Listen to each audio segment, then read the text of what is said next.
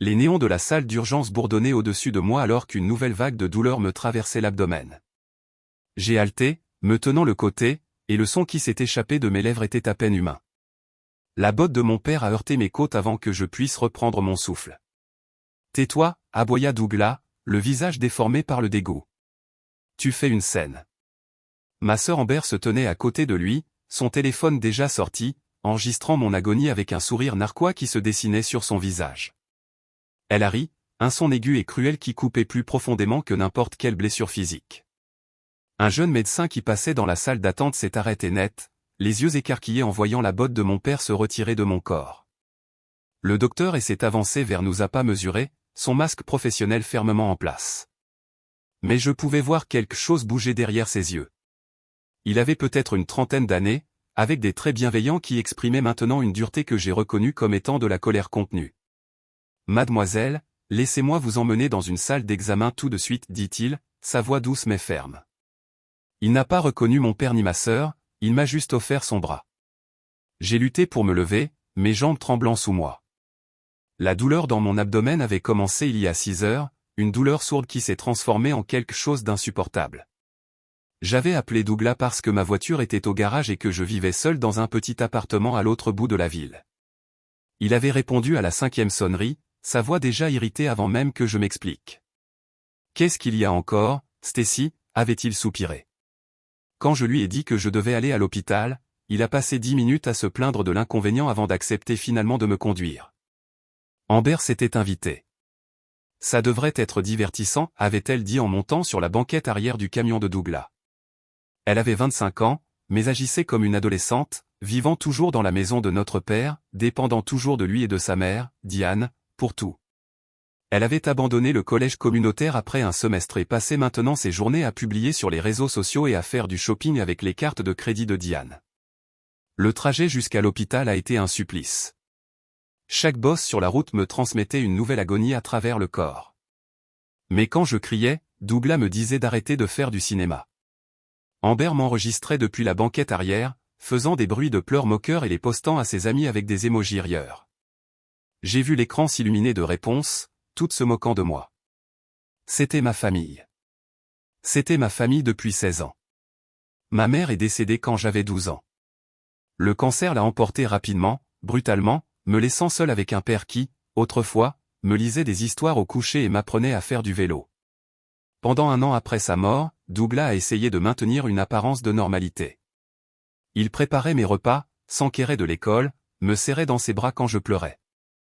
Mais ensuite, il a rencontré Diane lors d'une conférence de travail et tout a changé. Diane avait de l'argent, un vieil argent de famille qu'elle maniait comme une arme.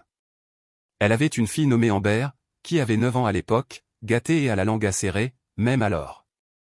Douglas a épousé Diane 11 mois après les funérailles de ma mère. J'ai porté une robe raide au mariage et j'ai essayé de sourire, espérant désespérément que cette nouvelle famille guérirait la blessure que la mort de ma mère avait laissée. Au lieu de cela, la blessure s'est aggravée. Diane a clairement indiqué dès le début que j'étais un fardeau, un rappel gênant de la vie antérieure de Douglas. Elle l'a convaincu que j'avais besoin d'une discipline plus sévère, que ma mère m'avait rendu faible. Douglas, désireux de plaire à sa nouvelle femme riche, a accepté. La chaleur s'est évaporée de ses yeux quand il m'a regardé. Les câlins ont cessé. Les mots doux ont disparu. À l'âge de 13 ans, il avait commencé à me pousser quand je ne bougeais pas assez vite, à me saisir le bras assez fort pour laisser des marques quand je lui répondais, à me gifler l'arrière de la tête quand je faisais des erreurs. Il appelait ça de la discipline. Diane appelait ça nécessaire. Amber a regardé et a appris que la cruauté était acceptable, voire amusante, lorsqu'elle était dirigée contre moi. Je me suis élevé après ça. J'allais à l'école par moi-même, je préparais mes propres repas, je faisais ma propre lessive. J'ai travaillé à temps partiel dans une épicerie à partir de 15 ans, économisant chaque centime. J'ai obtenu des bourses pour le collège d'État et j'ai déménagé le jour de mon 18e anniversaire. Je suis devenue enseignante, j'ai trouvé un appartement, j'ai construit une vie séparée d'eux. Mais je n'ai pas cessé d'espérer. Je n'ai pas cessé d'appeler.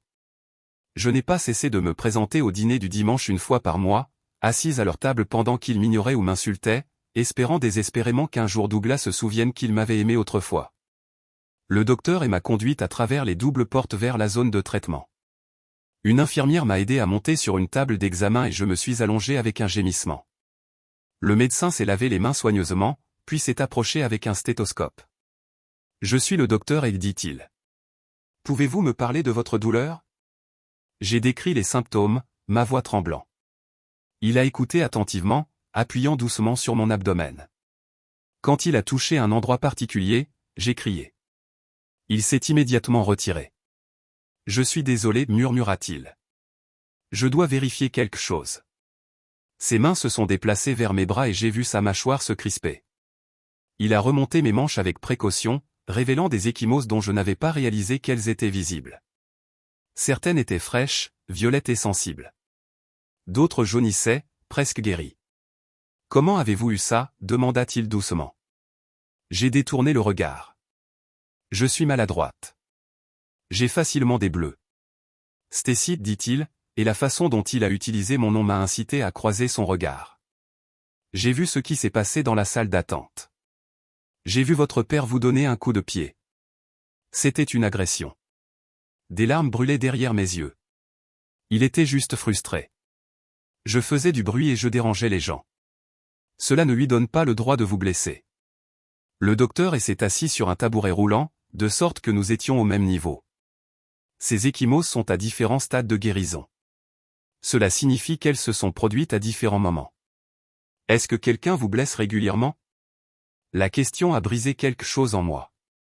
J'ai pensé aux 3 derniers mois de dîner du dimanche. En juillet, Douglas m'avait poussé quand je n'étais pas d'accord avec ses opinions politiques, et j'ai heurté le coin du comptoir de la cuisine.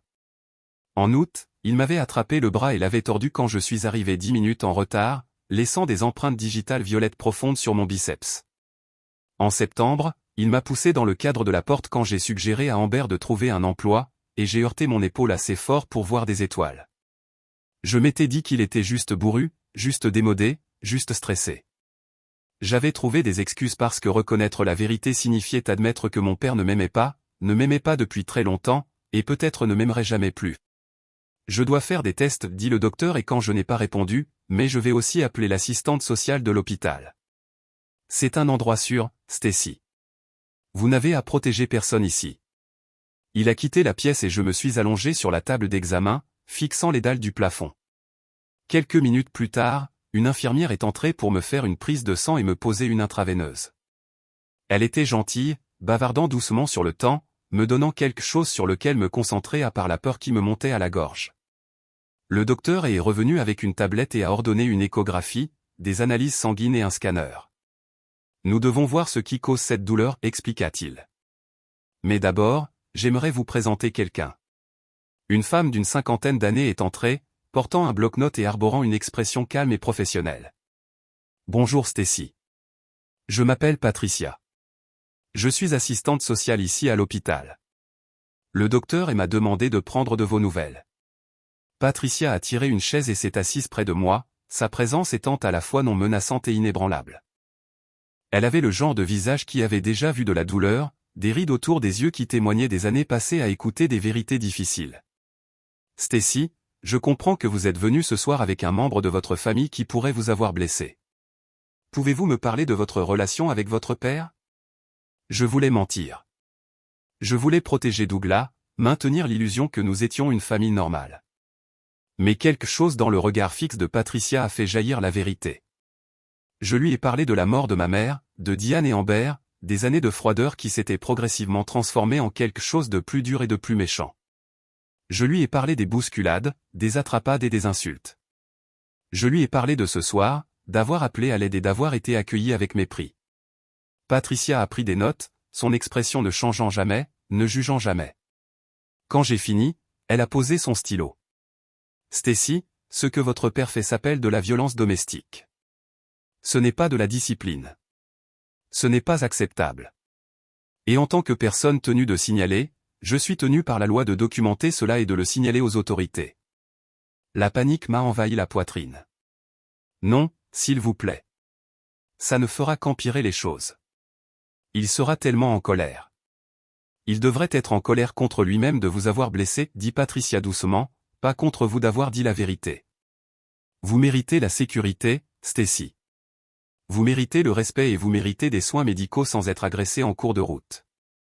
Avant que je puisse répondre, la porte s'est ouverte et une autre infirmière a passé la tête. Le docteur m'a demandé de ramener la famille. Dois-je le faire? Patricia m'a jeté un coup d'œil, puis a hoché la tête. Oui, faisons ça ensemble. Mon estomac s'est effondré. Douglas et Amber sont entrés dans la pièce, tous les deux visiblement agacés d'avoir été obligés d'attendre. Amber était toujours sur son téléphone, levant à peine les yeux. Douglas croisa les bras sur sa poitrine. Alors, qu'est-ce qu'elle a? Le docteur entra derrière eux, son visage professionnellement neutre. Monsieur Wallace, Stacy a une rupture de kyste ovarien. Elle a besoin d'une intervention chirurgicale dès que possible pour éviter d'autres complications. Douglas leva les yeux au ciel.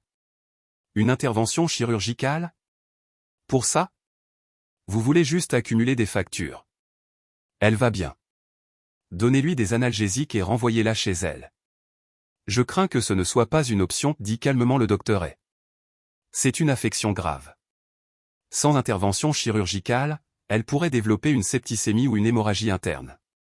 Elle a toujours été dramatique avec la douleur, intervint Amber, toujours en train de faire défiler son téléphone. Tu te souviens quand elle a dit qu'elle s'était foulé la cheville au lycée et que ce n'était rien? C'était une fracture, dis-je doucement. J'ai eu un plâtre pendant 6 semaines. Amber haussa les épaules sans lever les yeux. C'est pareil. La mâchoire du docteur se crispa presque imperceptiblement.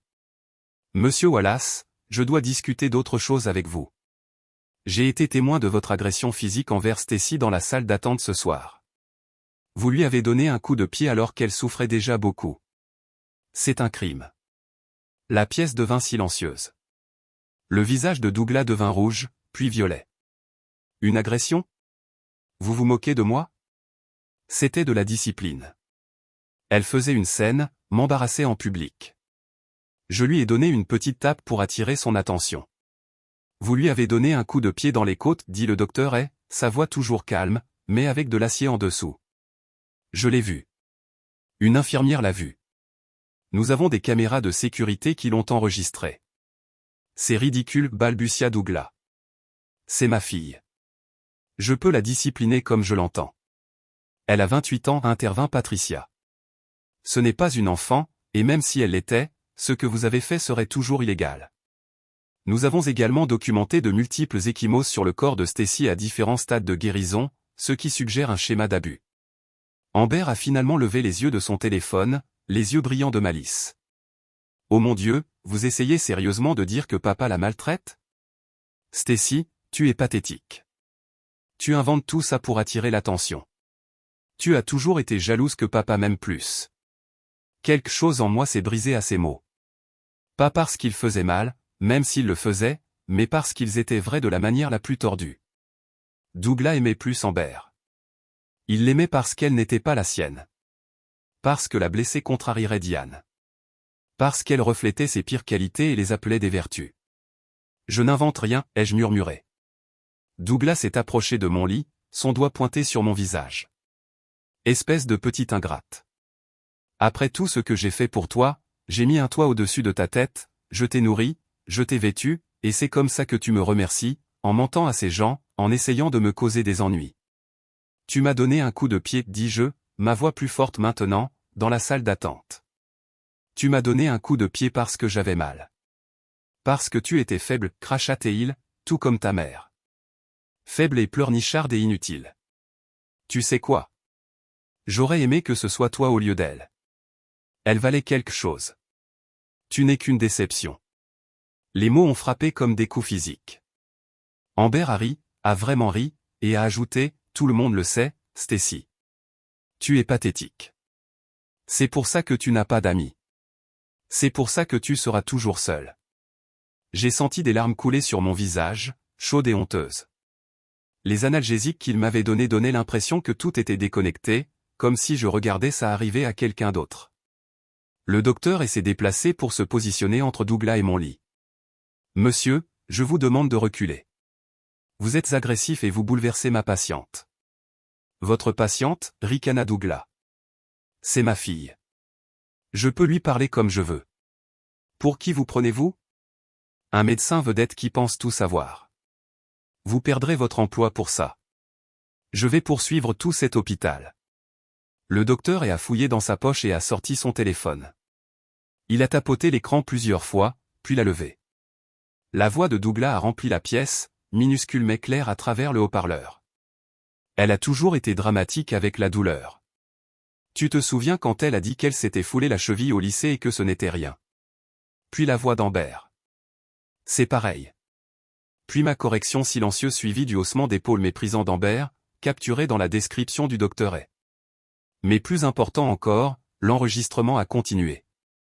Il a diffusé le discours de Douglas sur la discipline, son affirmation qu'il pouvait me traiter comme il voulait, son souhait que je sois morte à la place de ma mère.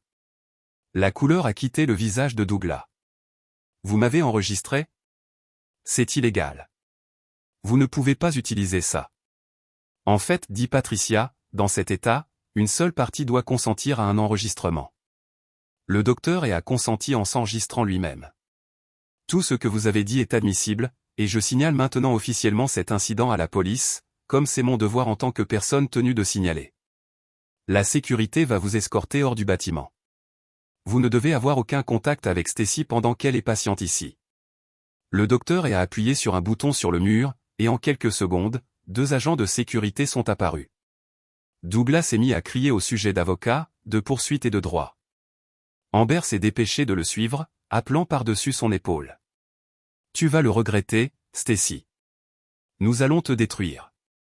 La porte s'est refermée derrière eux, et le silence soudain a eu l'effet d'une chute dans des eaux profondes.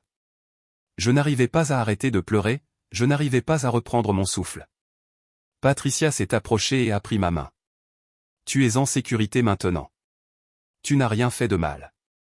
Tu me comprends? Tu n'as rien fait de mal. Mais je ne me sentais pas en sécurité.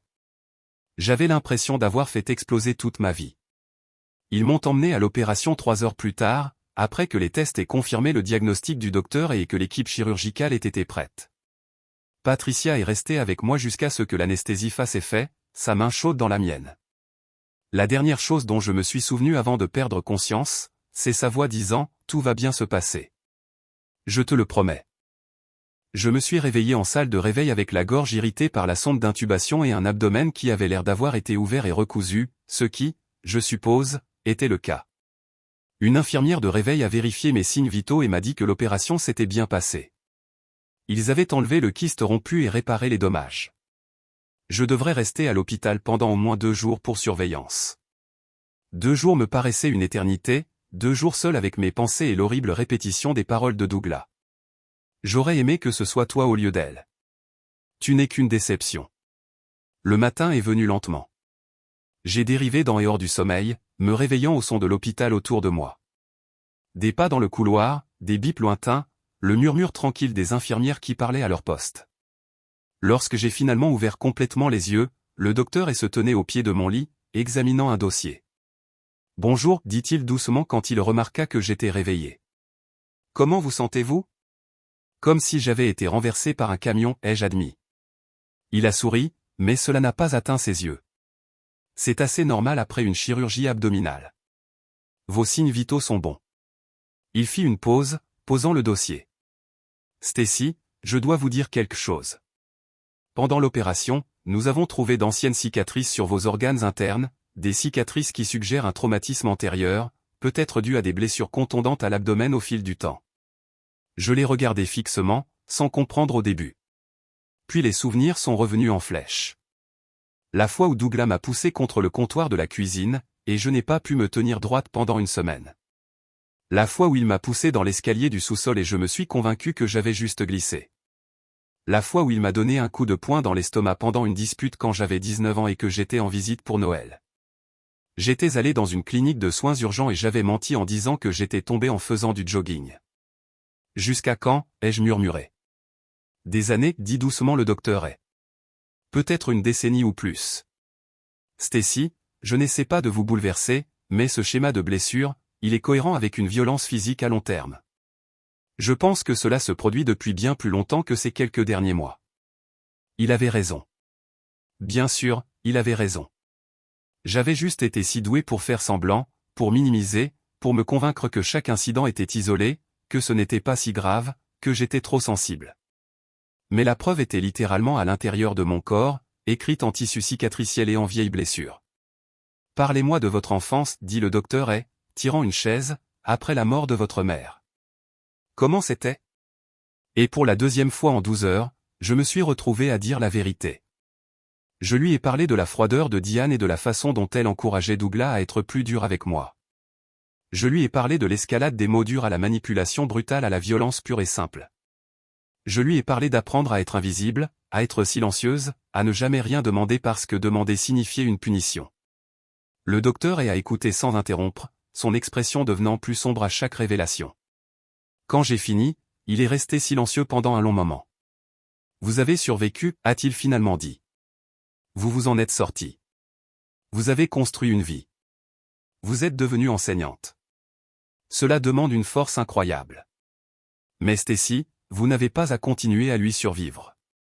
Vous pouvez réellement être libéré de lui. Je ne sais pas comment, ai-je admis. C'est pour ça que nous sommes là, a dit une nouvelle voix. Patricia est entrée dans la pièce, et elle n'était pas seule. Derrière elle se trouvait une femme aux cheveux gris acier et aux yeux perçants, peut-être au début de la cinquantaine. Stacy, voici la détective Morgan. Elle enquête sur l'agression d'hier soir. La détective Morgan m'a serré la main doucement, en faisant attention à ma perfusion. Mademoiselle Wallace, j'ai examiné les images de surveillance de la salle d'urgence et écouté l'enregistrement du docteur A. Ce que votre père a fait est une agression criminelle. J'aimerais recueillir votre déposition si vous vous en sentez capable. J'ai hoché la tête, la bouche sèche. La détective Morgan s'est assise et a sorti un carnet. Elle m'a demandé de relater en détail les événements de la nuit précédente. Je l'ai fait, ma voix étant plus stable que je ne l'aurais cru. Puis elle m'a interrogé sur mes antécédents avec Douglas, et j'ai répété ce que j'avais dit au docteur A. Elle a pris des notes avec soin, posant des questions de clarification, son visage impassible, mais ses yeux aimables. Quand j'ai fini, elle a fermé son carnet. Mademoiselle Wallace, sur la base des preuves que nous avons, nous pouvons certainement engager des poursuites pour l'agression d'hier soir.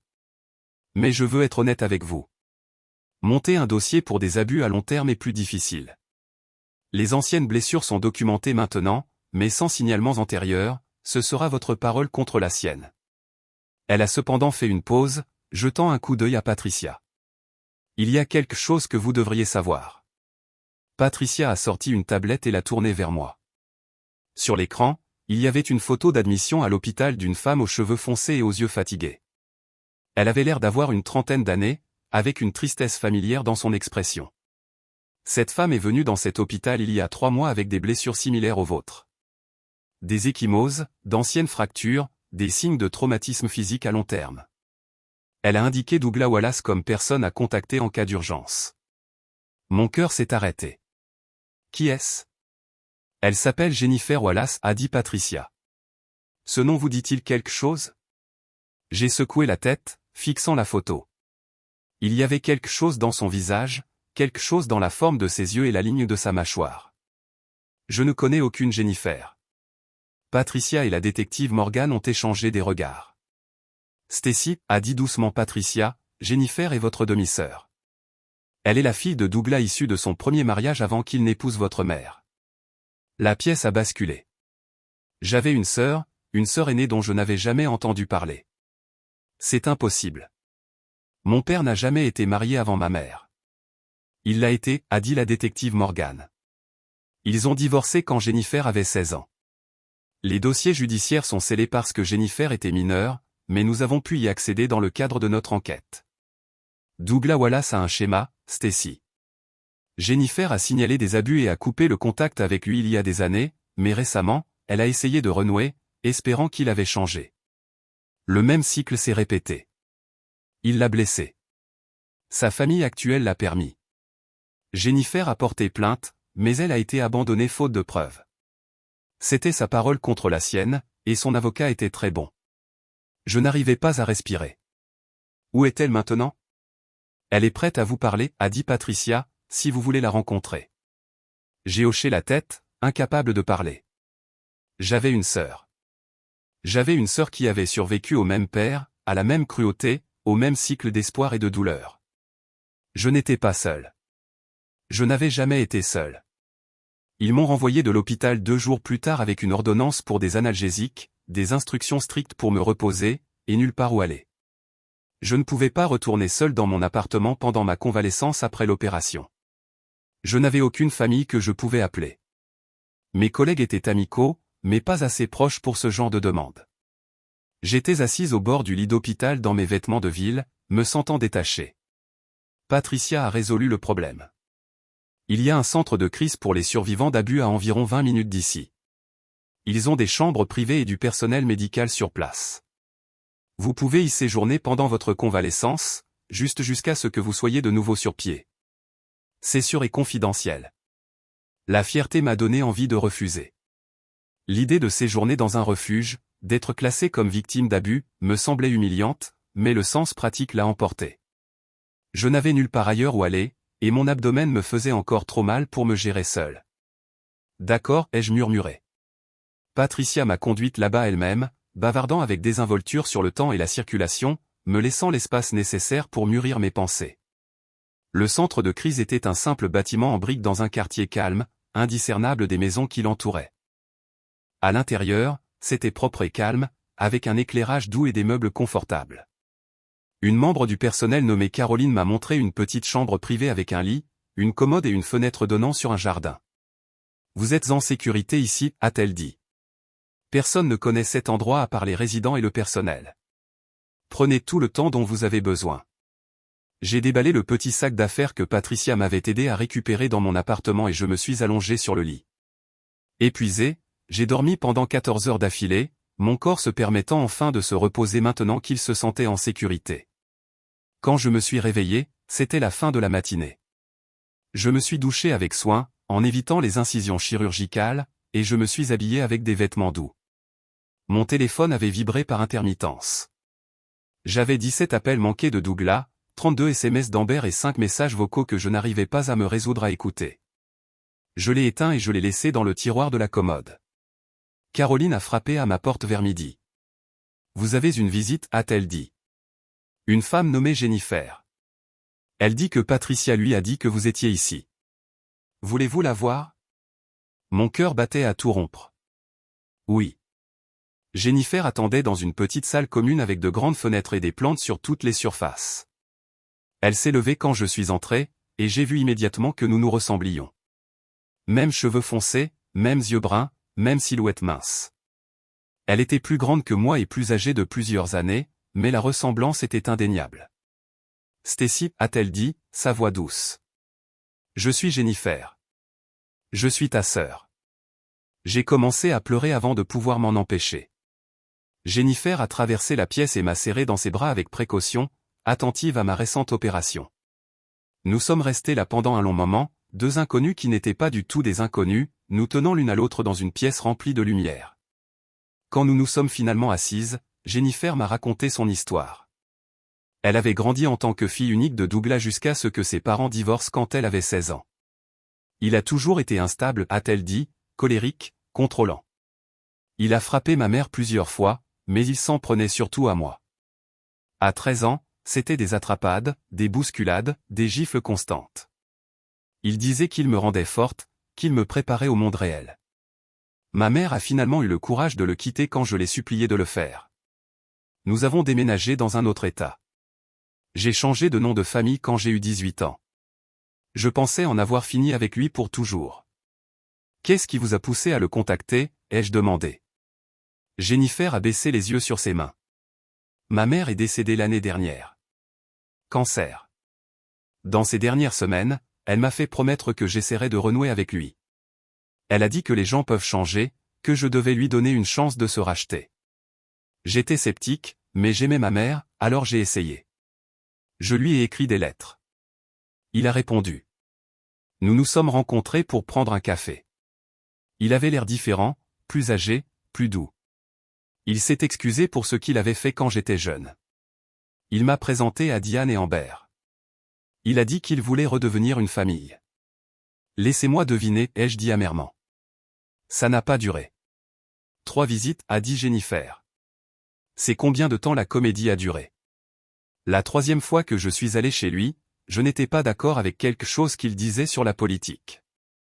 Il m'a attrapé le bras, l'a tordu, m'a dit que je manquais de respect. Quand je me suis dégagé, il m'a poussé contre le mur. Amber a regardé et a ri. Diane m'a dit que j'étais trop sensible. J'ai porté plainte. Ils ont engagé un avocat de luxe. Les accusations ont été abandonnées. Il a blessé les filles qu'il était censé protéger. Il s'est entouré de personnes qui ont permis sa cruauté. Il a utilisé son charme et son argent pour échapper aux conséquences. Mais cette fois, les choses étaient différentes. Cette fois, nous étions deux, et cette fois, nous avions des preuves. La détective Morgan est arrivée au centre de crise cet après-midi-là. Elle s'est assise avec Jennifer et moi dans la salle commune, un enregistreur sur la table entre nous. Je suis en train de monter un dossier, a-t-elle dit sans embâche. Avec vos deux témoignages, les dossiers médicaux et les preuves de l'hôpital, nous avons une base solide. Mais j'ai besoin de savoir si vous êtes toutes les deux prêtes à aller de l'avant.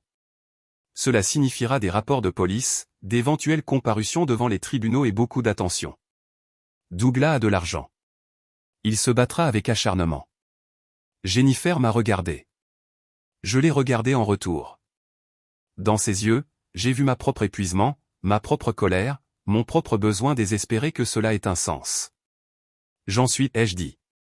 Moi aussi, a dit Jennifer. La détective Morgan a souri d'un air sombre.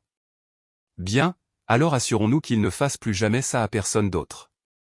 Au cours de la semaine suivante, nous avons monté le dossier méthodiquement. Jennifer a contacté l'avocat successoral de sa mère, qui avait conservé des copies des procédures de divorce datant d'il y a des années. Ces documents comprenaient une évaluation psychologique de Douglas qui avait été ordonnée par le tribunal. L'évaluation a noté des schémas inquiétants de colère, des problèmes de contrôle et un manque d'empathie. Elle avait été scellée avec les documents de divorce, mais la détective Morgan a pu y accéder grâce à un mandat. J'ai parcouru mon téléphone et j'ai trouvé des SMS de Douglas remontant à 5 ans. La plupart étaient froids et méprisants, mais certains étaient ouvertement cruels. Il y avait des messages où il me traitait d'inutile, de stupide, de fardeau. Je les avais sauvegardés sans réaliser pourquoi. Peut-être qu'une partie de moi a toujours su que j'aurais besoin de preuves. J'ai également trouvé des messages vocaux. Je les avais oubliés, mais mon téléphone les avait sauvegardés automatiquement. Je les ai écoutés en présence de la détective Morgan et de Patricia, les mains tremblantes. La voix de Douglas a rempli la petite pièce du centre de crise, dure et méchante. Dans un message, il me réprimandait pour être arrivé en retard à un dîner du dimanche. Dans un autre, il me disait que j'étais une honte pour la famille. Dans un troisième, enregistré il y a à peine 2 mois, il a dit « Tu sais quel est ton problème, Stacy ? Tu es trop faible pour survivre dans le monde réel. Ta mère aurait honte de ce que tu es devenu. » Patricia a dû quitter la pièce. Quand elle est revenue, ses yeux étaient rouges. Les dossiers médicaux racontaient leur propre histoire.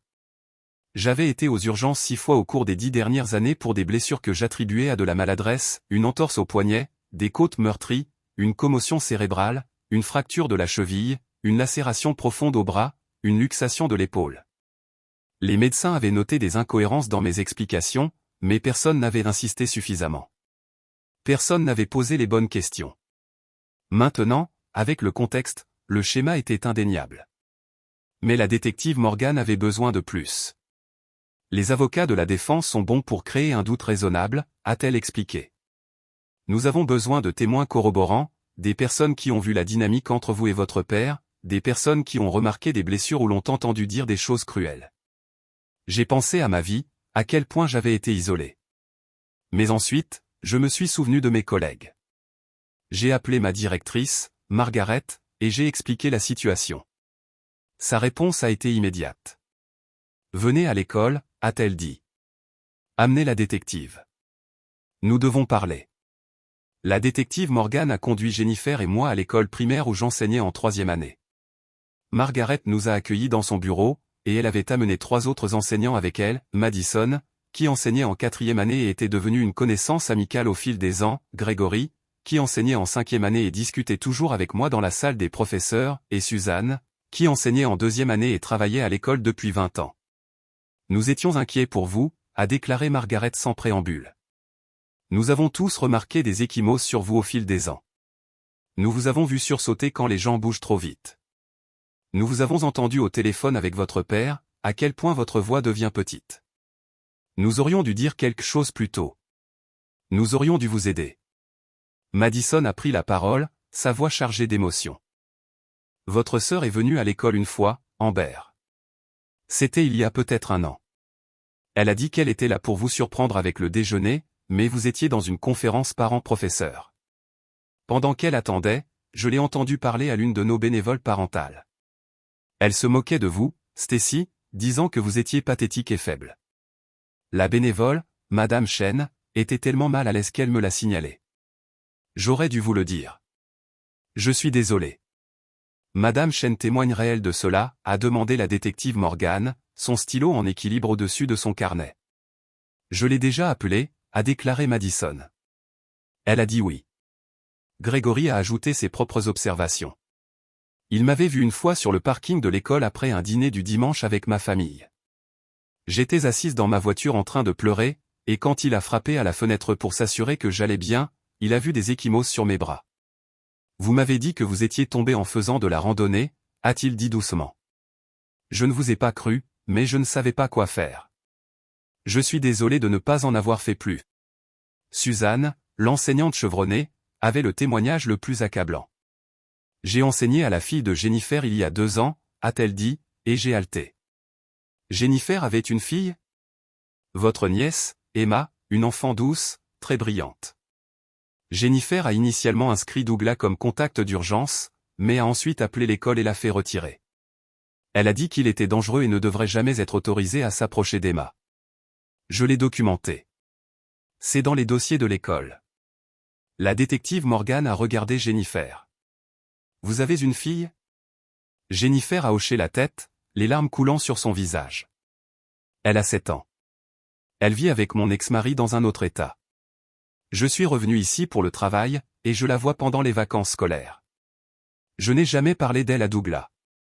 Quand j'ai renoué avec lui, je me suis assuré qu'Emma était en sécurité à l'autre bout du pays. J'avais tellement peur qu'il lui fasse du mal comme il m'a fait du mal. Il l'aurait fait, ai-je dit, et je savais que c'était vrai. La détective Morgan avait maintenant des pages de notes, des témoignages d'enseignants, d'un parent bénévole, du personnel hospitalier, des dossiers scolaires de Jennifer, combinés aux preuves médicales, à l'enregistrement de l'hôpital, aux images de surveillance et à nos propres déclarations. Le dossier était solide. Mais ensuite, le téléphone de la détective Morgan a sonné. Elle est sortie du bureau de Margaret pour prendre l'appel, et quand elle est revenue, son visage était sombre. Nous avons un problème, a-t-elle dit. Douglas a déposé une contre-plainte. Il affirme que Stacy lui a volé de l'argent et que le personnel de l'hôpital l'a agressé pendant l'incident.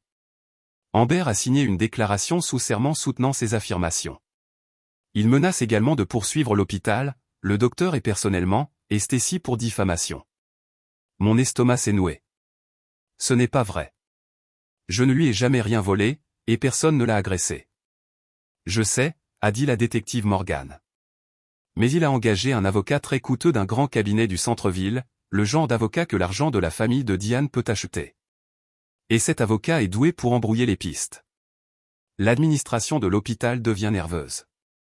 Elle exerce des pressions sur le docteur et pour qu'il se rétracte ou du moins qu'il adoucisse sa déclaration. Ils ne veulent pas de poursuite. La main de Jennifer a trouvé la mienne et l'a serrée fort. Alors, qu'est-ce qu'on fait?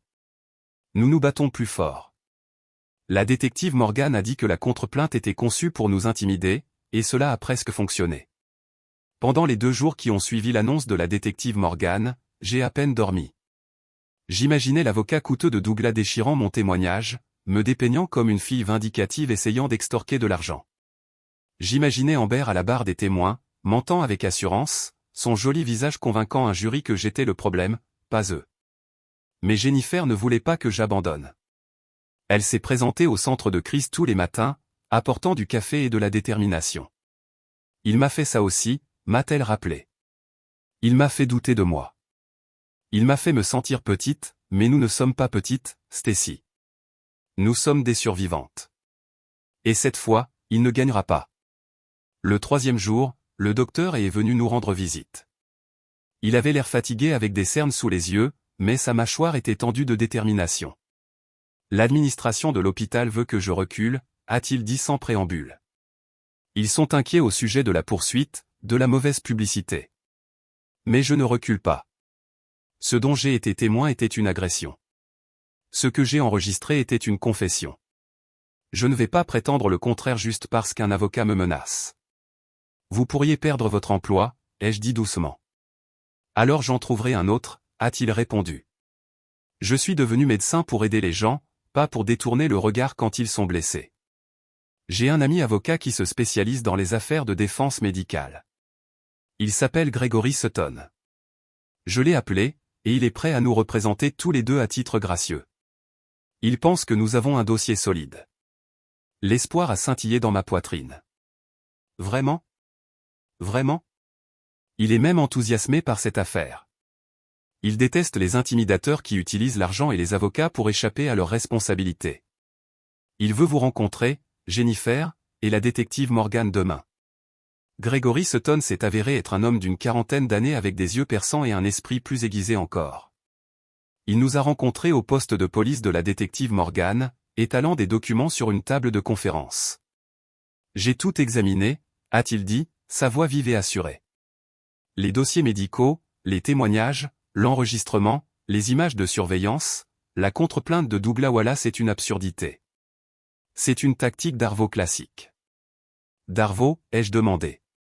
Denis, attaque, reverse victime and offendé, nier, attaquer, inverser la victime et l'agresseur, a expliqué Gregory. Les agresseurs l'utilisent tout le temps. Ils nient l'abus, attaquent la crédibilité de la victime, puis prétendent qu'ils sont la véritable victime.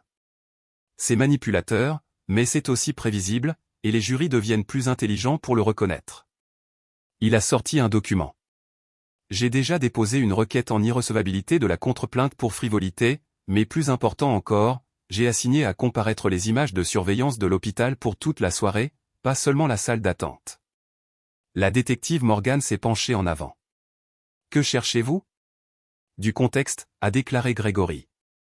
Si Douglas et Amber se sont comportés de manière agressive ou cruelle avant l'incident de la salle d'attente, cela sera filmé. S'ils ont dit quelque chose d'incriminant sur le parking ou dans les couloirs, nous devons le voir. Les images de surveillance sont arrivées 3 jours plus tard. Gregory, la détective Morgan, Jennifer et moi les avons regardées ensemble dans la salle de conférence du poste de police. Les images étaient granuleuses, mais suffisamment claires. Elles montraient le camion de Douglas se garant devant l'entrée des urgences. Je pouvais me voir sur le siège passager, plié en deux de douleur. L'horodatage indiquait qu'il était 2h47 du matin. Douglas est sorti, a claqué sa portière et a fait le tour pour ouvrir la mienne. Il ne m'a pas aidé à sortir. Il est resté là, les bras croisés, pendant que j'avais du mal à descendre du siège haut du camion. Quand j'ai trébuché, il ne m'a pas attrapé. Amber, visible sur la banquette arrière, riait. La caméra nous a suivis à l'intérieur du bâtiment. Dans la salle d'attente, Douglas est assis et a sorti son téléphone, m'ignorant complètement. Je faisais les 100 pas, visiblement en souffrance, me tenant le côté. Amber m'a filmé sur son téléphone. Les images étaient silencieuses, mais je me souvenais de ce qu'elle disait. Regardez la reine du drame. Ça va sur ma story. Puis est venu le moment où j'ai crié, le moment où la botte de Douglas a touché mes côtes. Les images l'ont capturé clairement. Il n'y avait aucune ambiguïté, aucune place à l'interprétation. C'était une agression, pure et simple. Mais Gregory avait eu raison de demander l'intégralité des images.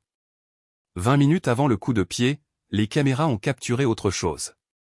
Je m'étais levé pour aller aux toilettes, avançant lentement, une main pressée contre mon abdomen. Alors que je passais devant Amber, elle a tendu le pied. Je ne l'ai pas vue à temps.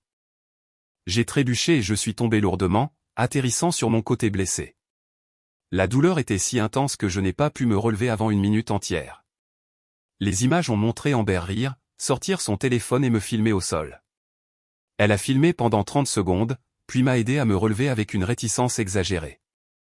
Elle vous a fait trébucher délibérément, a déclaré Gregory, en mettant les images sur pause. C'est une agression. Il a avancé rapidement jusqu'aux images du parking après que nous ayons été expulsés. Douglas et Amber étaient visibles en train de marcher vers le camion. Douglas était au téléphone et parlait avec animation. Les images n'avaient pas de son, mais Grégory avait déjà obtenu les relevés téléphoniques de Douglas avec un mandat. Il appelait son avocat, a déclaré Grégory. À 3h15 du matin, c'est un aveu de culpabilité. Il savait qu'il avait fait quelque chose de mal. Mais il y avait plus. Grégory a affiché les comptes de médias sociaux d'Amber, que la détective Morgan avait obtenus avec un mandat. Là, postée à 3h30 du matin, se trouvait la vidéo qu'Amber avait prise de moi sur le sol de la salle d'urgence. La légende disait, quand votre sœur est si désespérée d'attirer l'attention, elle simule une urgence médicale. Pathétique. La vidéo avait 73 j'aime et des dizaines de commentaires. La plupart provenaient des amis d'Amber qui se moquaient de moi. Mais enfoui dans les commentaires se trouvait un commentaire d'un compte nommé Diane Wallace. Diane, la mère d'Amber et la femme de Douglas, avait écrit « Elle le mérite ». 3 émojis riants suivaient. Grégory a souri, et ce n'était pas un sourire aimable. C'était le sourire d'un avocat qui venait de trouver la preuve irréfutable. Cela prouve une conspiration d'abus, a-t-il dit. Amber vous a agressé en vous faisant trébucher. Elle vous a ensuite humilié publiquement en publiant la vidéo, et Diane a approuvé l'abus par écrit. Ce n'est pas seulement Douglas. C'est une culture familiale de cruauté. Jennifer fixait l'écran, son visage pâle. Ce sont des monstres, a-t-elle murmuré. Ce sont des brutes, a corrigé Grégory. Et les brutes s'effondrent quand vous ripostez assez fort. Au cours des 2 semaines suivantes, Grégory a travaillé sans relâche. Il a compilé les preuves dans un dossier complet. Il a interviewé tous les témoins que la détective Morgan avait trouvés. Il a interrogé sous serment le docteur et Patricia, les agents de sécurité de l'hôpital et les infirmières qui étaient de service cette nuit-là. Il a retrouvé Madame Chen, la bénévole parentale de mon école, et a recueilli sa déclaration concernant les commentaires cruels d'Amber. Il a également fait quelque chose auquel je ne m'attendais pas.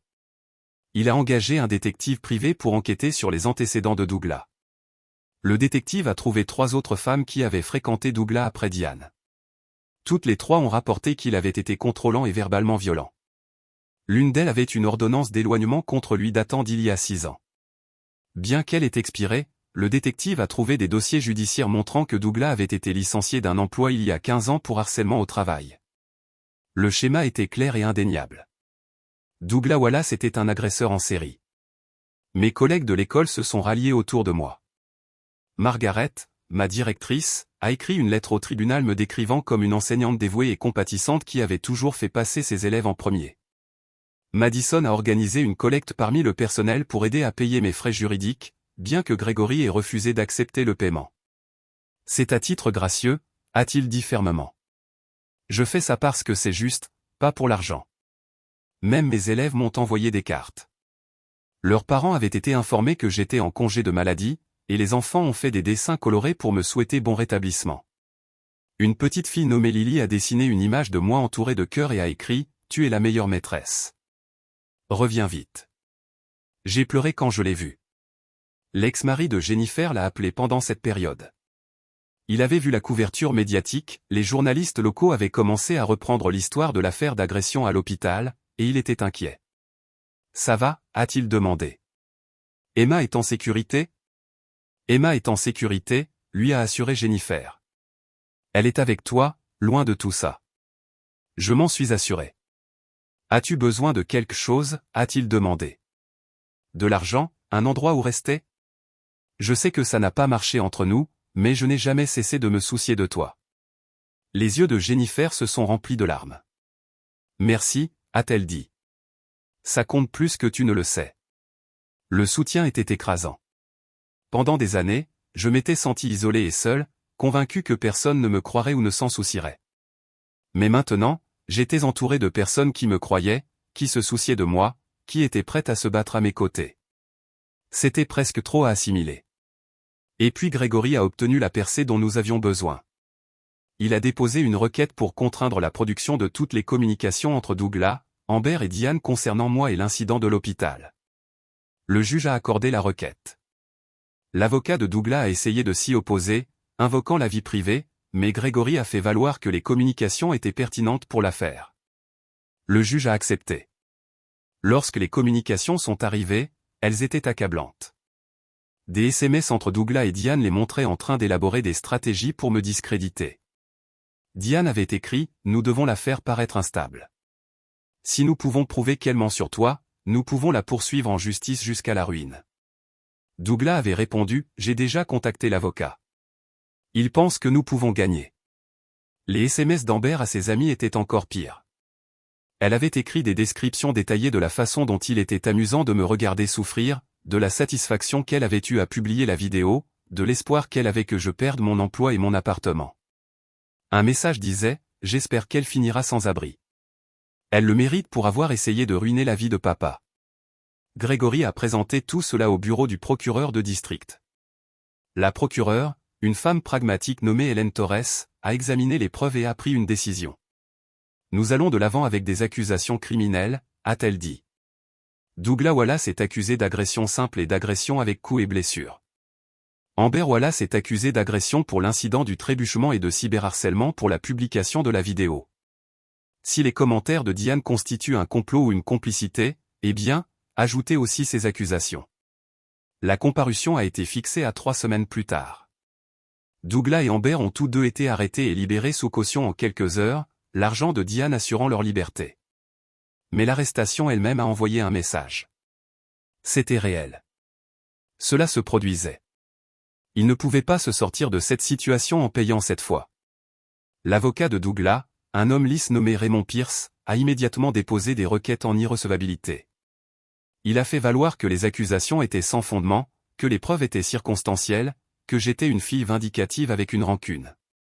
Mais Grégory a contré chaque requête avec plus de preuves, les images de surveillance, les publications sur les médias sociaux, les SMS, les témoignages. La juge, une femme plus âgée nommée juge Brennan, a tout examiné. À la dernière audience préliminaire, elle a regardé Raymond Pierce et a déclaré « Conseiller, j'ai vu beaucoup de stratégies de défense au cours de ma carrière, mais cette affaire a des preuves vidéo, de multiples témoins et un schéma de comportement clair. À moins que vous n'ayez quelque chose de plus substantiel que des accusations de vindicativité, je rejette vos requêtes. Cette affaire va être jugée. » Le visage de Raymond Pierce est devenu rouge, mais il n'a rien dit. Douglas, assis à la table de la défense, avait l'air plus petit que je ne l'avais jamais vu. Amber était assise à côté de lui, son sourire narquois habituel disparu, remplacé par une peur authentique. Jennifer m'a serré la main. « Nous allons gagner », a-t-elle murmuré. Je voulais la croire. Le procès a commencé un froid lundi matin de novembre. Le palais de justice était un bâtiment imposant du centre-ville, tout en marbre et avec de hauts plafonds. Je suis arrivé avec Jennifer, Patricia et Grégory, mes mains tremblant malgré les visages confiants autour de moi. Des journalistes attendaient à l'extérieur, des équipes de presse locales avec des caméras et des microphones. L'histoire avait attiré l'attention, une enseignante locale accuse son père de plusieurs années d'abus, l'agression à l'hôpital captée sur vidéo mène à des accusations criminelles. Grégory m'avait mis en garde contre les médias. « Ne leur parlez pas », a-t-il dit fermement. « Tout ce que vous direz peut être déformé. Laissez-moi gérer la presse. » Alors je suis passé devant eux la tête baissée, la main de Jennifer dans la mienne. À l'intérieur de la salle d'audience, j'ai vu Douglas et Amber pour la première fois depuis l'hôpital. Ils étaient assis à la table de la défense avec Raymond Pierce, tous deux vêtus de façon sobre. Douglas portait un costume qui le faisait paraître respectable, voire grand-paternel. Amber portait une robe modeste et avait remonté ses cheveux. Ils ne ressemblaient en rien aux personnes cruelles que je savais qu'ils étaient. Douglas Wallace a utilisé sa position de père pour abuser de sa fille Stacy pendant des années. Lorsqu'elle a finalement demandé de l'aide à un hôpital au milieu de la nuit, il l'a agressée devant des témoins. Son autre fille, Amber Wallace, a participé à l'abus en faisant délibérément trébucher Stacy, puis en publiant une vidéo de sa souffrance en ligne à des fins de divertissement. Il ne s'agit pas d'un différend familial. Il s'agit d'un crime, et les preuves montreront hors de tout doute raisonnable que les accusés sont coupables. C'était l'accusation. La déclaration liminaire de Raymond Pierce brossait un tableau différent. Il a décrit Douglas comme un père dévoué qui avait été mal compris. Stacy Wallace est une jeune femme troublée qui a lutté contre des problèmes de santé mentale et du ressentiment envers son père pendant des années. Cette affaire concerne une fille qui cherche à se venger parce qu'elle a l'impression que son père ne l'aimait pas assez après s'être remarié. La soi-disant agression à l'hôpital était un père frustré essayant de faire taire sa fille adulte qui causait des troubles. La vidéo publiée par Amber était un moment de taquinerie fraternelle sorti de son contexte. Il s'agit d'une affaire familiale criminalisée par des procureurs trop zélés. J'avais envie de crier, mais Grégory m'y avait préparé. Ils essaieront de vous faire paraître instable, avait-il dit. Restez calme. Les preuves parlent d'elles-mêmes. L'accusation a appelé ses témoins de façon méthodique. D'abord, le docteur est. Il a témoigné au sujet de la nuit aux urgences, décrivant mes blessures, les ecchymoses à différents stades de guérison et ce dont il avait été témoin dans la salle d'attente.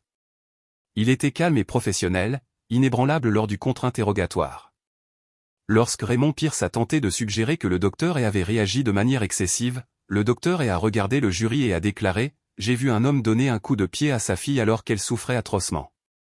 Ce n'est pas de la discipline. C'est une agression. Je l'aurais signalé, peu importe qui était l'agresseur. » Ensuite, Patricia a témoigné. Elle a expliqué son rôle d'assistante sociale hospitalière et sa formation à l'identification des abus. Elle a décrit sa conversation avec moi, les schémas qu'elle a reconnus et les exigences de signalement obligatoires.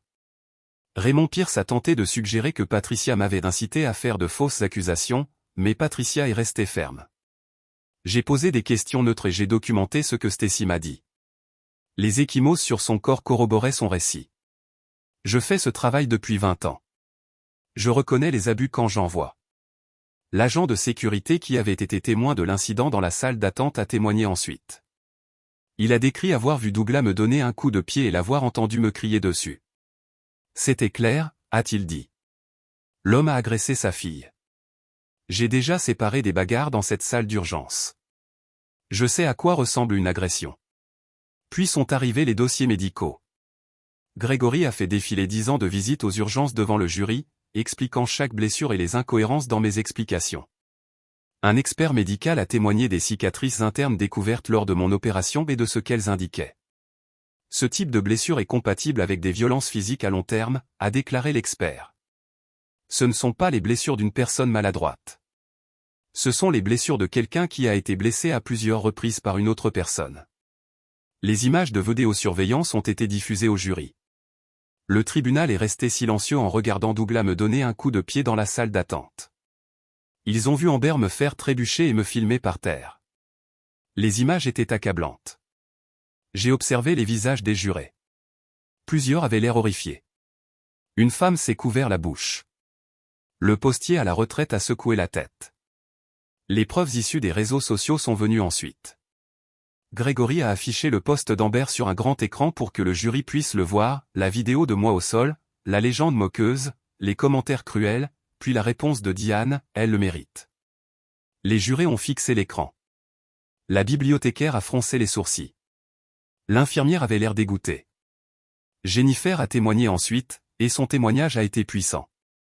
Elle a décrit sa propre enfance avec Douglas, les sévices qu'elle avait subis, le schéma de violence. Elle a expliqué comment il avait essayé de me prévenir, et comment Douglas l'avait effacé de l'histoire familiale. Il a un schéma, a-t-elle dit, en regardant directement le jury. Il blesse les gens qui sont censés lui faire confiance, et il le fait depuis des décennies. L'avocat de la mère de Jennifer a témoigné, présentant l'ancienne évaluation psychologique de la procédure de divorce. L'évaluation brossait un tableau troublant de la colère et des problèmes de contrôle de Douglas. Raymond Pierce s'est opposé à plusieurs reprises, mais le juge Brennan l'a autorisé à titre de preuve d'un schéma. Mes collègues ont témoigné. Margaret m'a décrite comme une enseignante dévouée et a noté les fois où elle avait vu des ecchymoses sur moi. Madison a raconté les commentaires cruels d'Amber à l'école. Madame Chen, la mère bénévole, a témoigné avoir entendu Amber se moquer de moi. Grégory, le collègue enseignant, a décrit qu'il m'avait trouvé en pleurs sur le parking avec des blessures visibles. Chaque témoignage ajoutait une autre couche, une autre pièce à conviction. L'affaire s'est construite lentement, méthodiquement, indéniablement. Puis ce fut mon tour de témoigner. J'étais terrifié. Grégory m'avait longuement préparé, me faisant passer en revue les questions potentielles et les tactiques de contre-interrogatoire, mais savoir à quoi s'attendre ne rendait pas la chose plus facile. J'ai juré de dire la vérité et je me suis assise dans la boîte des témoins. Le tribunal me paraissait immense, tous les regards étaient fixés sur moi. Grégory s'est approché avec une expression aimable. Stacy, pouvez-vous parler au jury de votre relation avec votre père ? J'ai pris une profonde inspiration et j'ai commencé. Je leur ai parlé de mon enfance avant la mort de ma mère, quand Douglas était aimant et présent. Je leur ai parlé du changement après qu'il se soit remarié, de la façon dont il est devenu froid, puis cruel. J'ai décrit des incidents précis, les bousculades, les attrapages, les insultes, l'escalade au fil des ans. J'ai gardé une voix ferme, en me concentrant sur les faits, pas sur l'émotion. Grégory m'a posé des questions sur la nuit à l'hôpital. J'ai décrit la douleur, la peur, l'humiliation d'être frappé alors que je souffrais déjà. J'ai décrit le rire d'Amber, le mépris de Douglas. Puis est venu le contre-interrogatoire. Raymond Pierce s'est approché avec un sourire compatissant qui n'atteignait pas ses yeux. Mademoiselle Wallace, vous avez décrit une relation difficile avec votre père, mais n'est-il pas vrai que vous avez eu des problèmes de santé mentale au fil des ans? J'ai suivi une thérapie, ai-je admis, pour gérer le traumatisme des sévices. Mais vous avez également été diagnostiqué avec de l'anxiété et de la dépression, n'est-ce pas? Oui. À cause des sévices. Où se pourrait-il que vos problèmes de santé mentale vous aient amené à mal interpréter les actions de votre père, à voir de la méchanceté là où il n'y avait que de l'inquiétude? J'ai regardé le jury. J'ai de l'anxiété et de la dépression parce que j'ai passé 16 ans à être blessé par quelqu'un qui était censé me protéger. Mes problèmes de santé mentale ne rendent pas les sévices moins réels. Ils en sont la preuve. Raymond Pierce a tenté une autre approche. Vous avez quitté la maison de votre père à 18 ans et vous avez eu des contacts limités avec lui. Pourquoi continuer à le voir s'il était si terrible? Parce que j'espérais qu'il changerait, ai-je dit, la voix brisée, parce que c'est mon père et je voulais qu'il m'aime. Je n'ai cessé de lui donner des chances, et il n'a cessé de me blesser. C'est ce que font les sévices. Cela vous fait douter de vous-même. Cela vous fait penser que peut-être cette fois sera différente. N'est-il pas possible que vous exagériez ces incidents parce que vous êtes en colère à propos de son remariage? Parce que vous en voulez à Amber? Non, ai-je dit fermement. J'ai des ecchymoses. J'ai des cicatrices. J'ai des dossiers médicaux. J'ai des témoins. Il ne s'agit pas de ressentiment. Il s'agit de la vérité. Raymond Pierce a essayé de trouver des failles dans mon témoignage pendant 1 heure de plus, mais je suis resté ferme. Grégory m'avait appris à rester calme, à m'en tenir aux faits, à ne pas me laisser déstabiliser par l'avocat. Quand j'ai finalement quitté le banc des témoins, je me suis senti épuisé, mais aussi soulagé. J'avais dit ma vérité. Douglas et Amber ont tous deux témoigné pour leur propre défense. Douglas a été le premier. Il s'est dépeint comme un père inquiet qui essayait d'aider sa fille troublée. Il a affirmé que le coup de pied à l'hôpital était un accident, qu'il essayait d'attirer mon attention et qu'il avait mal jugé la force. Il a dit que les mots durs avaient été sortis de leur contexte, qu'il avait été frustré et contrarié. Lors du contre-interrogatoire par Hélène Torres, Douglas a commencé à se décomposer. Elle lui a posé des questions sur des incidents spécifiques que j'avais décrits. Il les a tous niés. Elle lui a montré les textos échangés entre lui et Diane. Il a affirmé qu'il plaisantait. Elle a diffusé l'enregistrement de l'hôpital où il disait qu'il aurait préféré que je meure à la place de ma mère. « Plaisantiez-vous quand vous avez dit ça ?» a demandé Hélène. Le visage de Douglas est devenu rouge. J'étais en colère. Elle m'embarrassait. « Donc vous avez souhaité la mort de votre fille parce qu'elle vous embarrassait ?»« Ce n'est pas ce que je voulais dire » a rétorqué Douglas. « Vous déformez mes propos. J'utilise vos mots exacts, monsieur Wallace. Vous avez dit, et je cite, « J'aurais préféré que ce soit toi à sa place. » Vous faisiez référence à votre défunte épouse et à votre fille Stacy, n'est-ce pas? L'avocat de Douglas s'y est opposé, mais le juge Brennan a rejeté l'objection. Douglas a dû répondre. J'étais contrarié. Les gens disent des choses qu'ils ne pensent pas quand ils sont contrariés. Aimez-vous votre fille, Stacy? A demandé Hélène. Douglas a hésité. Cette hésitation en disait long. Bien sûr que oui, a-t-il finalement dit, mais sa voix manquait de conviction. Alors pourquoi lui avez-vous donné un coup de pied alors qu'elle souffrait? Je ne lui ai pas donné un coup de pied. Je lui ai tapé avec mon pied. Hélène a diffusé à nouveau les images de vidéosurveillance. Le jury a regardé la botte de Douglas heurter mes côtes. Cela ressemble-t-il à un tapotement pour vous, monsieur Wallace? Douglas n'avait pas de bonne réponse. Son témoignage s'est effondré. Il est devenu sur la défensive, en colère, révélant le tempérament qui m'avait terrorisé pendant des années. Au moment où il a quitté le banc des témoins, le jury le regardait avec suspicion et dégoût. Le témoignage d'Amber a été bref et désastreux. Elle s'est tenue à son histoire selon laquelle le fait de me faire trébucher était un accident et la vidéo une blague. Mais quand Hélène Torres lui a montré les textos cruels à ses amis, le sourire suffisant d'Amber est revenu. Je me défoulais juste auprès de mes amis, a-t-elle dit avec désinvolture. Vous avez écrit que vous espériez que votre sœur deviendrait sans abri. Était-ce un défoulement? Amber a haussé les épaules. Elle a toujours été dramatique. J'étais frustré. Vous avez publié une vidéo d'elle en train de souffrir avec une légende moqueuse. Ce n'est pas de la frustration. C'est de la cruauté. C'était juste une blague, a répété Amber, mais son ton était ennuyé, impénitent. Hélène Torres a montré au jury le commentaire de Diane sur le post. Votre mère a écrit, elle le mérite avec des émojis riants. Êtes-vous d'accord avec ce sentiment? L'avocat d'Amber s'y est opposé, mais Amber avait déjà répondu. Oui, a-t-elle dit. Stacy le mérite bien. Elle essaie de ruiner nos vies. Le tribunal est resté silencieux. Même Raymond Pierce avait l'air de vouloir disparaître. Amber venait d'admettre en audience publique qu'elle pensait que je méritais d'être blessé. Hélène Torres a souri froidement. Je n'ai pas d'autres questions. Diane n'a pas témoigné, mais sa déclaration écrite a été lue au procès-verbal.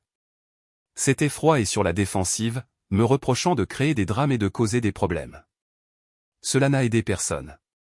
Les plaidoiries ont été puissantes. Hélène Torres a résumé les preuves pièce par pièce, dressant un tableau clair de sévices, d'agression et d'une conspiration familiale de cruauté. Les accusés veulent vous faire croire qu'il s'agit d'une querelle familiale, mais une agression n'est pas une affaire de famille.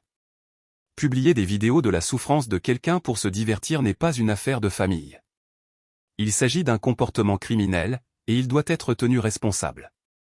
Raymond Pierce a tenté de sauver l'affaire dans sa plaidoirie, arguant que l'accusation n'avait pas prouvé l'intention, que tout pouvait s'expliquer par des malentendus, mais ses arguments sonnaient creux face à la montagne de preuves.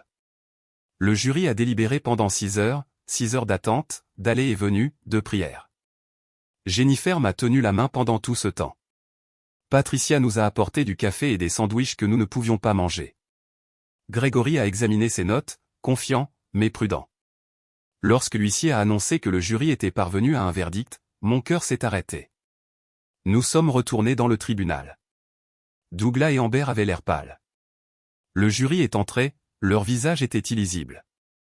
Le juge Brennan a demandé au chef du jury de lire le verdict. Dans l'affaire de l'État contre Douglas Wallace pour le chef d'accusation de voie de fait, nous déclarons l'accusé coupable. J'ai halté. Nous espérons que cette affaire envoie un message indiquant que personne, quels que soient les liens familiaux, n'a le droit de blesser une autre personne. Je ne pouvais pas parler.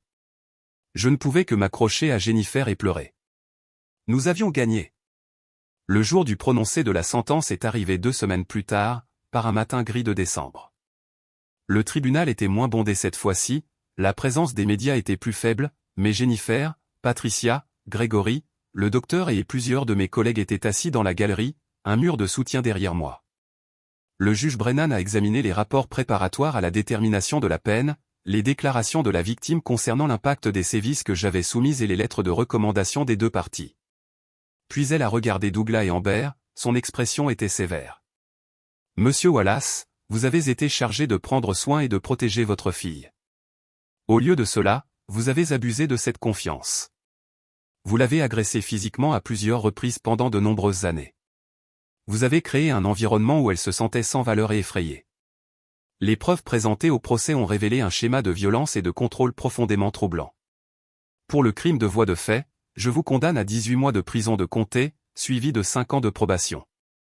Vous devrez également suivre une thérapie de gestion de la colère et une évaluation psychologique. De plus, une ordonnance d'interdiction permanente est accordée. Vous ne devez contacter Stacy Wallace ou Jennifer Wallace sous aucune forme que ce soit. Le visage de Douglas s'est effondré. 18 mois. Ce n'était pas suffisant pour les années de douleur qu'il avait causées, mais c'était quelque chose. C'était une reconnaissance de sa responsabilité. Le juge Brennan s'est tourné vers Amber. Mademoiselle Wallace, vous avez participé aux sévices infligés à votre sœur et vous vous êtes ensuite moqué publiquement de sa souffrance. Vos actes ont révélé un manque profond d'empathie et de décence humaine fondamentale pour le crime de voies de fait et de cyberharcèlement. Je vous condamne à 6 mois de prison de compter, avec sursis et 2 ans de probation. Vous devrez effectuer 200 heures de travaux d'intérêt général et suivre une thérapie. L'ordonnance d'interdiction s'applique également à vous. Vous ne devez pas contacter Stacy Wallace ou publier quoi que ce soit à son sujet sur aucune plateforme. Amber avait l'air stupéfaite. Elle s'attendait à s'en tirer sans conséquence. Mais le juge a poursuivi, « Je tiens à être clair, mademoiselle Wallace. Si vous violez les termes de votre probation de quelque manière que ce soit, vous purgez la totalité des 6 mois de prison. Comprenez-vous ? » Oui, a murmuré Amber. L'affaire civile s'est réglée à l'amiable une semaine plus tard. Diane, désespérée d'éviter un procès public et de protéger ce qui restait de sa réputation, a accepté un règlement financier. Son avocat a négocié le montant à la baisse, mais il était toujours substantiel, 50 000 $ partagés entre Jennifer et moi. Cela couvrait mes frais médicaux, mes pertes de salaire dues à mon absence du travail et les dépenses de Jennifer. Nous en avons chacune gardé une partie pour l'épargne. Cela semblait étrange d'accepter de l'argent d'eux, mais Grégory a insisté. Il ne s'agit pas de l'argent, a-t-il dit. Il s'agit d'une reconnaissance. Ils admettent leur faute sans prononcer les mots. L'administration de l'hôpital a présenté des excuses officielles au docteur et à moi. Ils ont félicité le docteur et pour son courage éthique et ont mis en œuvre de nouveaux protocoles de formation pour tout le personnel sur l'identification et le signalement des sévices. Le docteur s'est vu proposer une promotion, qu'il a acceptée. De bonnes choses peuvent sortir de situations difficiles, m'a-t-il dit lors de notre rencontre pour un café quelques semaines plus tard. Je suis fier de toi, Stacy. Tu as changé plus que ta propre vie. Tu as changé la politique de l'hôpital. Tu as peut-être sauvé quelqu'un d'autre plus tard.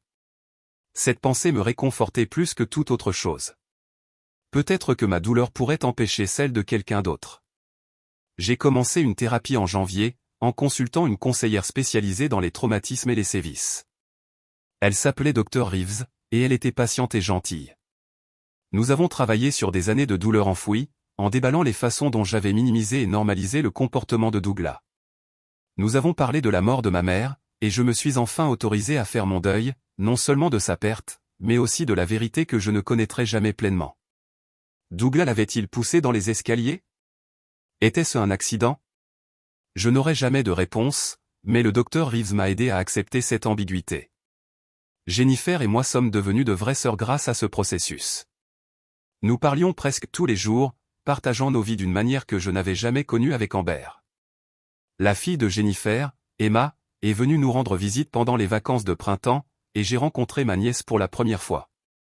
Elle avait 7 ans, les yeux de Jennifer et une personnalité vive et curieuse. Nous sommes allés au zoo, avons mangé des glaces et avons joué à des jeux de société.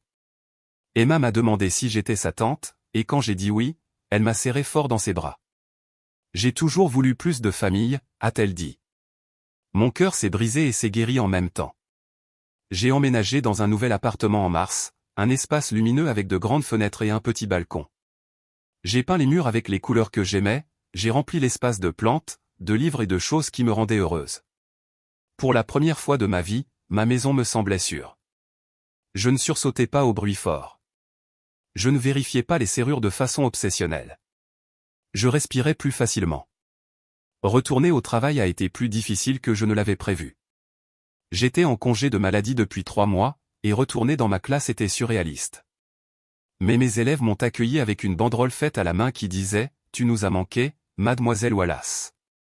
Lily, la petite fille qui m'avait envoyé le dessin, a serré mes jambes dans ses bras et ne les a pas lâchées pendant 1 minute entière.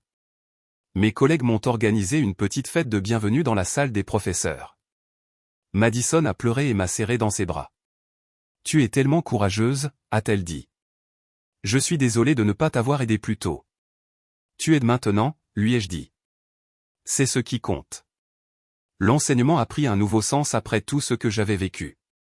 J'observais mes élèves plus attentivement, à la recherche de signes de détresse ou de peur. Un après-midi, j'ai remarqué qu'un petit garçon nommé Tyler avait une ecchymose sur le bras. Quand je lui ai posé des questions à ce sujet doucement, il a dit qu'il était tombé de son vélo, mais ses yeux racontaient une histoire différente. Je l'ai signalé à Margaret, qui a contacté les autorités compétentes. Je ne pouvais pas sauver tout le monde, mais je pouvais être vigilante. Je pouvais être la personne dont j'avais besoin quand j'étais jeune. J'ai également commencé à faire du bénévolat au centre de crise où j'avais séjourné pendant mon rétablissement. Une fois par mois, j'animais un groupe de soutien pour les personnes ayant survécu à des sévices. Partager mon histoire a aidé les autres à se sentir moins seuls, et entendre leurs histoires m'a rappelé que je faisais partie de quelque chose de plus grand. Nous étions une communauté de survivants, liés par la douleur, mais définis par la résilience. En mai, j'ai eu mon premier rendez-vous depuis des années. Il s'appelait Marcus, et il enseignait l'histoire au lycée dans une école de l'autre côté de la ville. Nous nous sommes rencontrés lors d'un atelier de formation des enseignants, et il m'a invité à prendre un café après. Il était gentil et drôle, avec un sourire facile et des mains douces. Lors de notre 3e rendez-vous, je lui ai parlé du procès, de mon père, de tout. Je m'attendais à ce qu'il s'enfuit. Au lieu de cela, il a pris ma main et a dit « Merci de me faire confiance avec ça. Tu es incroyablement forte. » Nous avons pris les choses lentement, en construisant la confiance et le respect. Pour la première fois, j'ai compris à quoi pouvait ressembler une relation saine. Douglas a purgé ses 18 mois de prison. J'ai entendu dire par l'intermédiaire du détective Morgan qu'il était un prisonnier modèle, calme et obéissant. Quand il a été libéré, il a déménagé dans un autre État. Diane avait divorcé de lui pendant son incarcération, emportant son argent et sa réputation avec elle. Amber a également coupé le contact avec lui, amer qu'il l'ait entraîné dans des problèmes juridiques. Il était seul, faisant enfin face aux conséquences de ses choix. Amber a terminé sa probation et ses travaux d'intérêt général. Par le bouche à oreille, j'ai entendu dire qu'elle suivait une thérapie et que sa conseillère l'aidait à faire face à son propre comportement. 6 mois après le procès, j'ai reçu une lettre transmise par les avocats.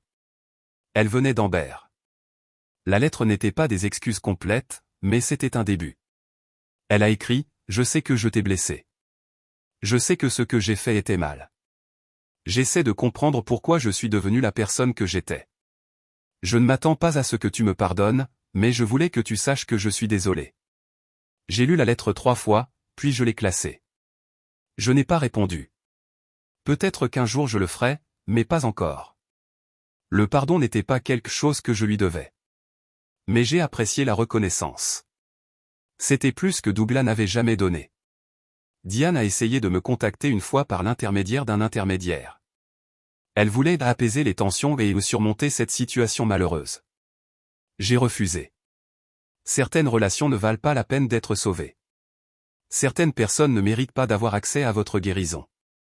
1 an après le procès, je me suis tenu dans ma classe après la dernière cloche, en regardant les dessins colorés que mes élèves avaient réalisés et qui recouvraient les murs.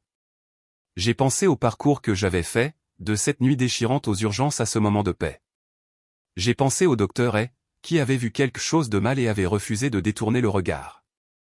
J'ai pensé à Patricia, qui m'avait cru alors que j'avais du mal à me croire moi-même. J'ai pensé à Jennifer, qui m'avait montré que je n'étais jamais seul. J'ai pensé à Grégory, qui s'était battu pour la justice avec tout ce qu'il avait. J'ai pensé à mes collègues, à mes élèves, à ma thérapeute, à Marcus, à toutes les personnes qui m'avaient soutenu quand je ne pouvais pas me tenir debout.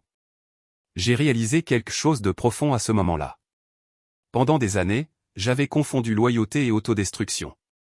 J'avais cru qu'endurer les sévices était ce que signifiait la famille, que souffrir et se taire était de l'amour. Mais j'avais tort. La vraie famille n'est pas une question de sang. Il s'agit de respect, de sécurité et de soins authentiques. Le véritable amour ne blesse pas. Le véritable amour ne diminue pas. Le véritable amour vous élève et vous serre contre vous et vous dit « tu comptes ». J'ai appris que demander de l'aide n'est pas une faiblesse.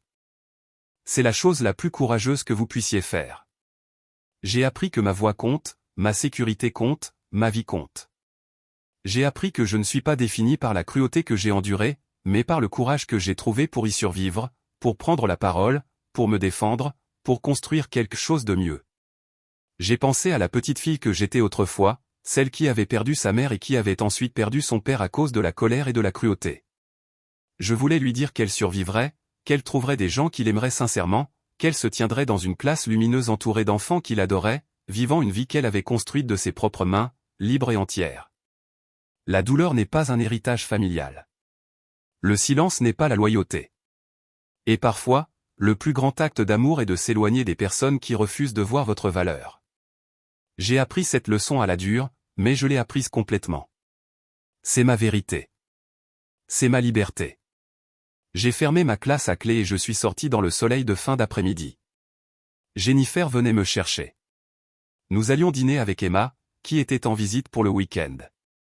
Marcus devait nous y rejoindre. Demain, j'animerai mon groupe de soutien. La semaine prochaine, je commencerai mes vacances d'été et je ferai peut-être un voyage quelque part où j'avais toujours voulu aller. L'avenir s'étendait devant moi, plein de possibilités. J'étais libre. Enfin, complètement libre. Et je ne reviendrai jamais en arrière. Si vous avez subi des sévices ou si vous connaissez quelqu'un qui en a subi, je veux vous poser une question importante. Qu'est-ce qui vous a aidé à trouver le courage de prendre la parole? Ou qu'auriez-vous aimé que quelqu'un vous dise lorsque vous étiez en difficulté? Partagez vos réflexions dans les commentaires ci-dessous. Votre histoire pourrait être exactement ce que quelqu'un d'autre a besoin d'entendre aujourd'hui. Et si cette histoire vous a touché, veuillez aimer cette vidéo, vous abonner à la chaîne et la partager avec quelqu'un qui pourrait avoir besoin d'espoir. Merci d'avoir écouté mon parcours. J'espère que cela vous rappellera que vous êtes plus fort que vous ne le pensez. Vous méritez la gentillesse et la sécurité, et vous n'êtes jamais vraiment seul. Prenez soin de vous et n'oubliez pas que la guérison est possible. Vous comptez.